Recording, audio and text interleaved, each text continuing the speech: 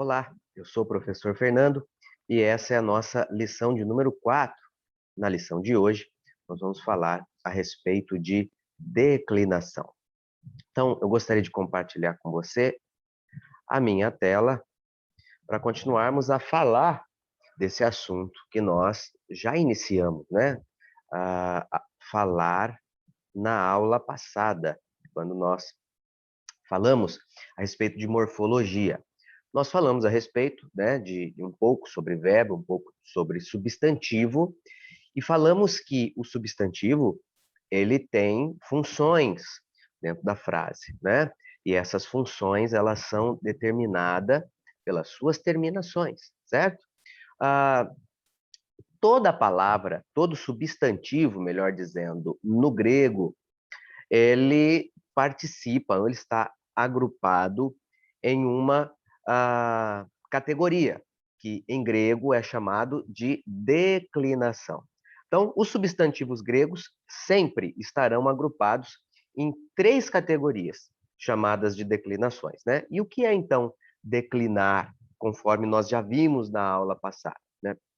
Declinar é flexionar essa palavra, indicando o seu gênero, o número e o caso desse substantivo, né? Quando nós falamos de gênero, como nós vimos já na aula passada, nós estamos falando se esse substantivo é masculino, feminino ou neutro, né? Uma particularidade aqui na língua grega diferente da língua portuguesa, né?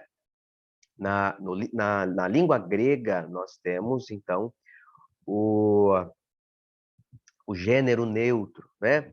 Número, se é plural, não é? Ou se é singular, e o caso, né? O caso é o que indica essa função do substantivo ah, na frase, como nós vamos ver ainda hoje.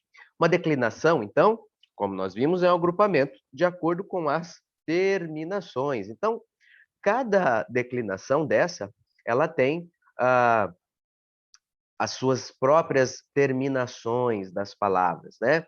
Nós vamos mudar a raiz dessa palavra, mas as terminações, elas vão permanecer as mesmas para indicar a função dentro da frase, né? Da frase que nós estamos apresentando, que nós estamos lendo ou que nós estamos falando, certo?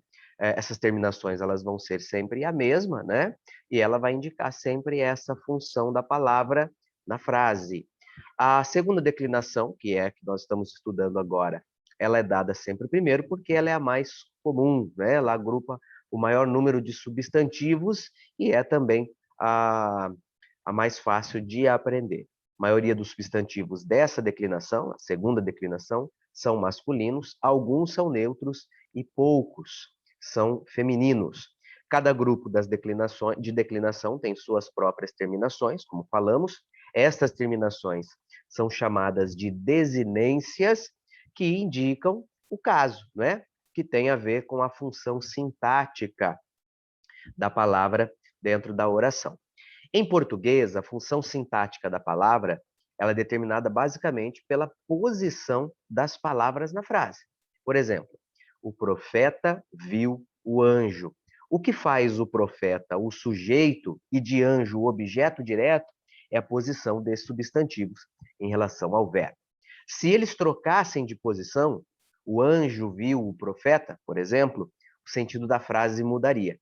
Em grego, porém, o sujeito, o objeto direto e outras funções de uma palavra são determinadas nem tanto pela posição, mas pelo caso, pelas suas terminações, que indicam, portanto, a sua função sintática dentro da frase. São 4 os casos em grego: nominativo, genitivo, dativo e acusativo, né? Em algumas gramáticas, acrescentará um quinto caso, que é o imperativo, certo? Declinação, então. Nós vimos na aula passada, né? E aprendemos duas terminações, né? A terminação ômicron e sigma e ômicron e ni, não é? A terminação os, ômicron e sigma, ela indica que esta palavra ela tem a função de sujeito dentro dessa frase. A terminação omicron-ni, ela tem a função de objeto dentro da frase, né? E hoje nós vamos conhecer mais duas terminações, né, da declinação, que é a omicron e y, que se pronuncia u, né, conforme nós vimos na aula sobre ditongo, e o ômega, né, a terminação da palavra terminada em ômega, não é? Por exemplo, hologos tu teu. Hologos tu teu. Então, hologos aqui é a palavra, conforme nós já vimos, né? Logos significa palavra, razão, discurso. Nessa frase aqui, ela significa palavra. Tu, teu, não é? Possui o genitivo, né? Ele representa o genitivo, né? O caso genitivo dentro da segunda declinação, porque a sua terminação é ômicron e y, né? U, tu, teu. E o que o genitivo ele significa, né? O que ele exprime? Ele exprime a ideia de origem ou de posse, né? O que isso significa, então? Hologos tu teu, a palavra de Deus, né? Mais um exemplo. Rodulos tu antropo. Rodulos tu antropo significa o servo do homem, né?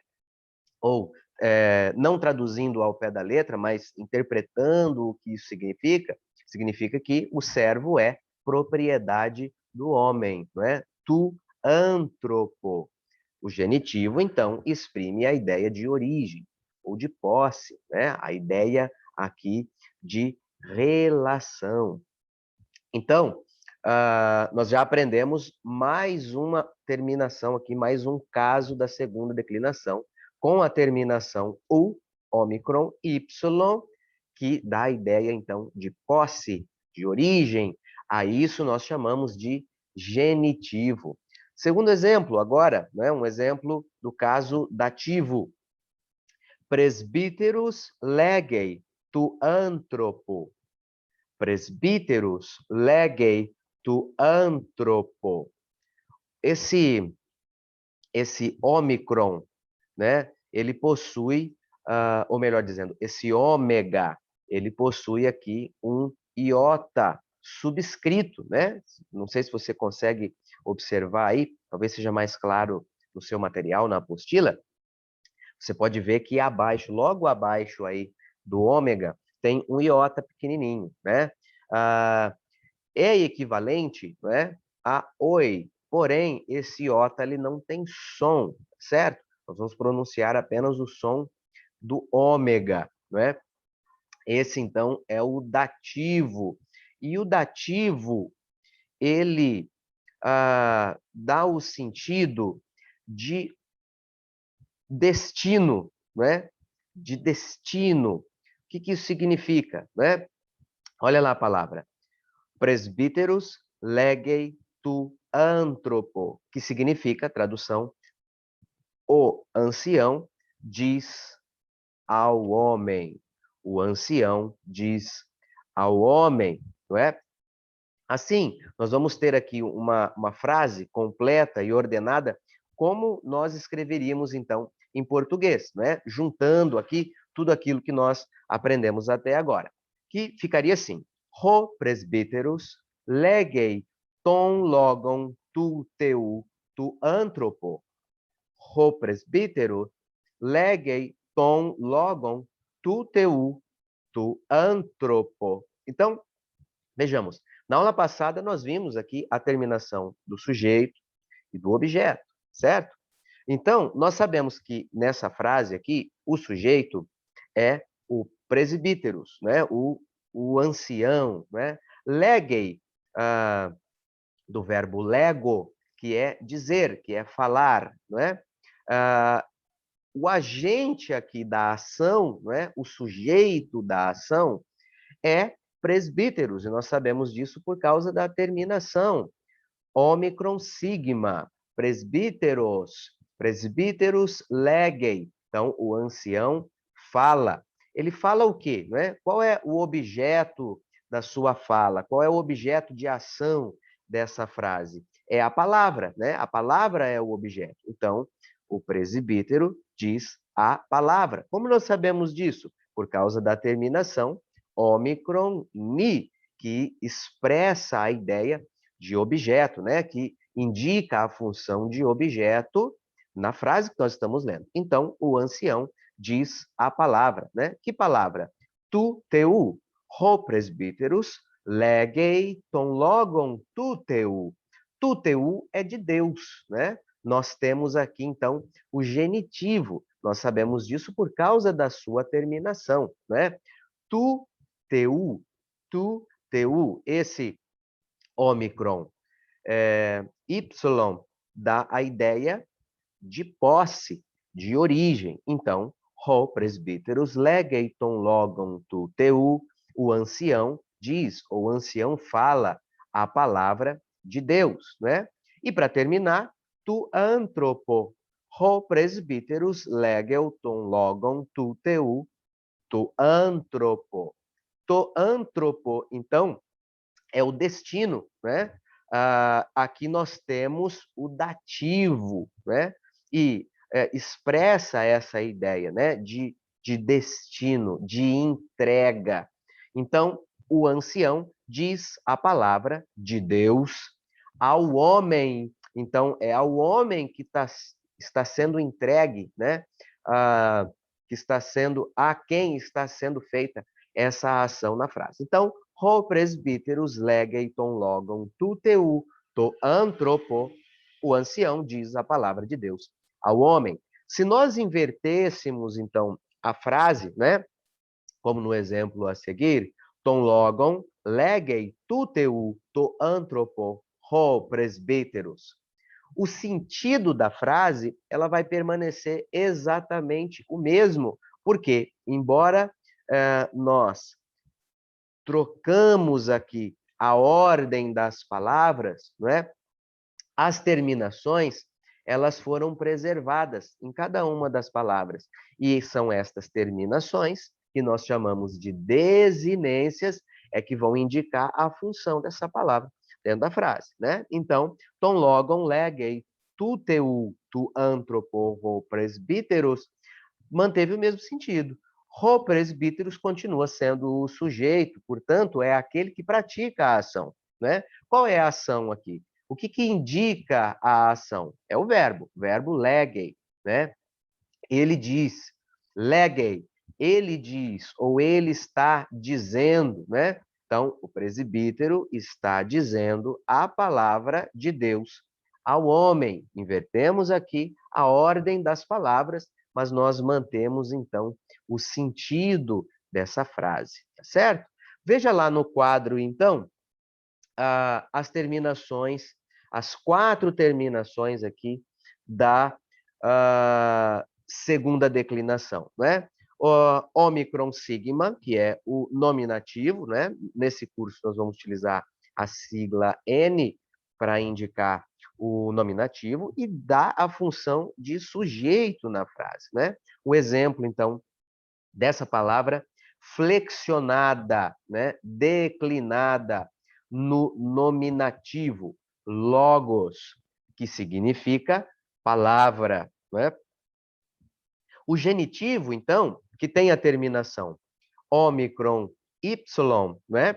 Tem como indicação aqui a sigla G, né? E a função dela é de origem, é de posse, né? Logo, logo. E o que significa logo aqui?